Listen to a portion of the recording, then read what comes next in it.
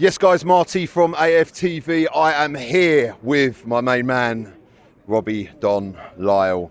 After what is potentially a disappointing result against Man City, a smash and grab at the end. Talk to me about the result. Well, talk to me about the team selection for starters. Yeah, well, the team selection, we've been having a big debate with literally every fan here today, and I think he got it wrong. He got it completely wrong. I was baffled, Marty, before the game. We were doing the starting 11, and when I saw that he'd brought back in Marino, I get it. You know, sometimes you don't want to change a team that's just had a great win during the week, but I just felt Marino here, we're at home. That's a bit negative. He brought in Trossard from the start. Again, that surprised me because, you know, Trossard has been making more of an impact off the bench. So I was really surprised by those two. I thought that Saliba would come back in, and I thought that was right to bring Saliba back in because it's Erling Haaland, and we seen he scored today. And I felt they kept him. That was the annoying thing. They kept him very, very quiet apart from the goal. But I think he got it wrong. But to his credit, he realised he got it wrong at half-time. I've not seen any interviews of him or what he said. But to me, he's obviously got it wrong at half-time. He changed it. He brought on Eze.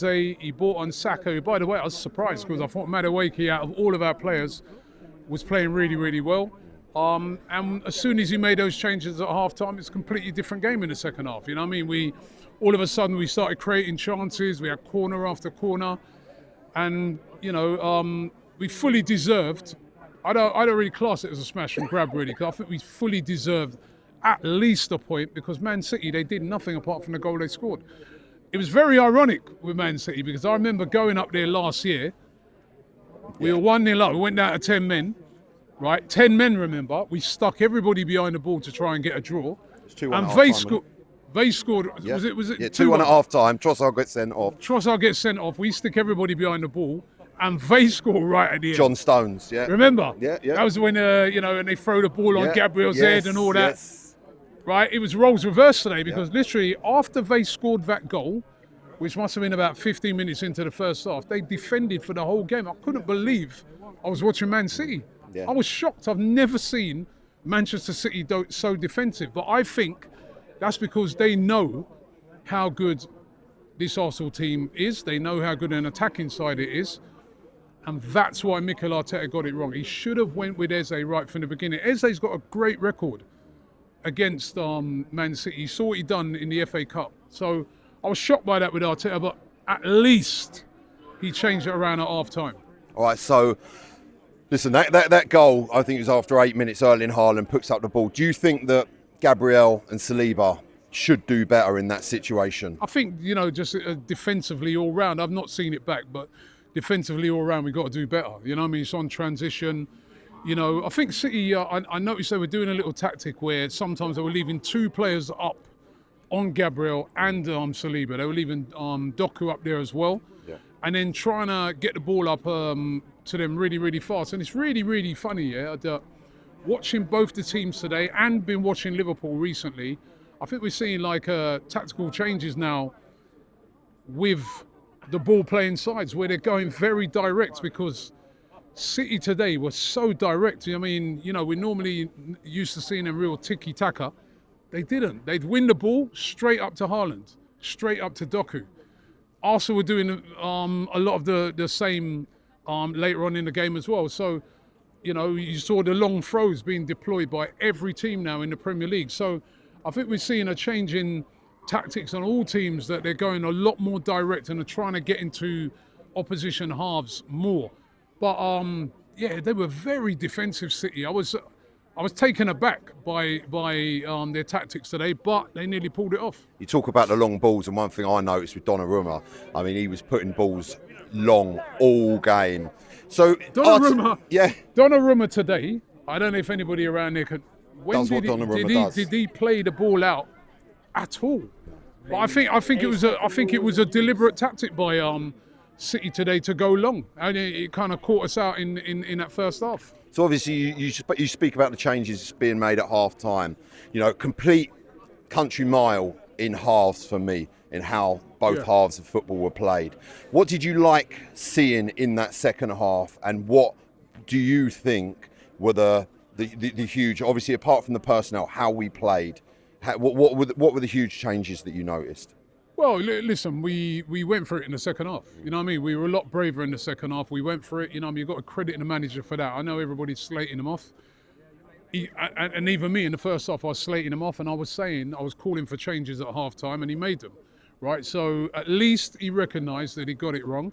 He made those changes at half time, and you saw a big difference. And I thought that Eze, Saka, they were excellent when they came on.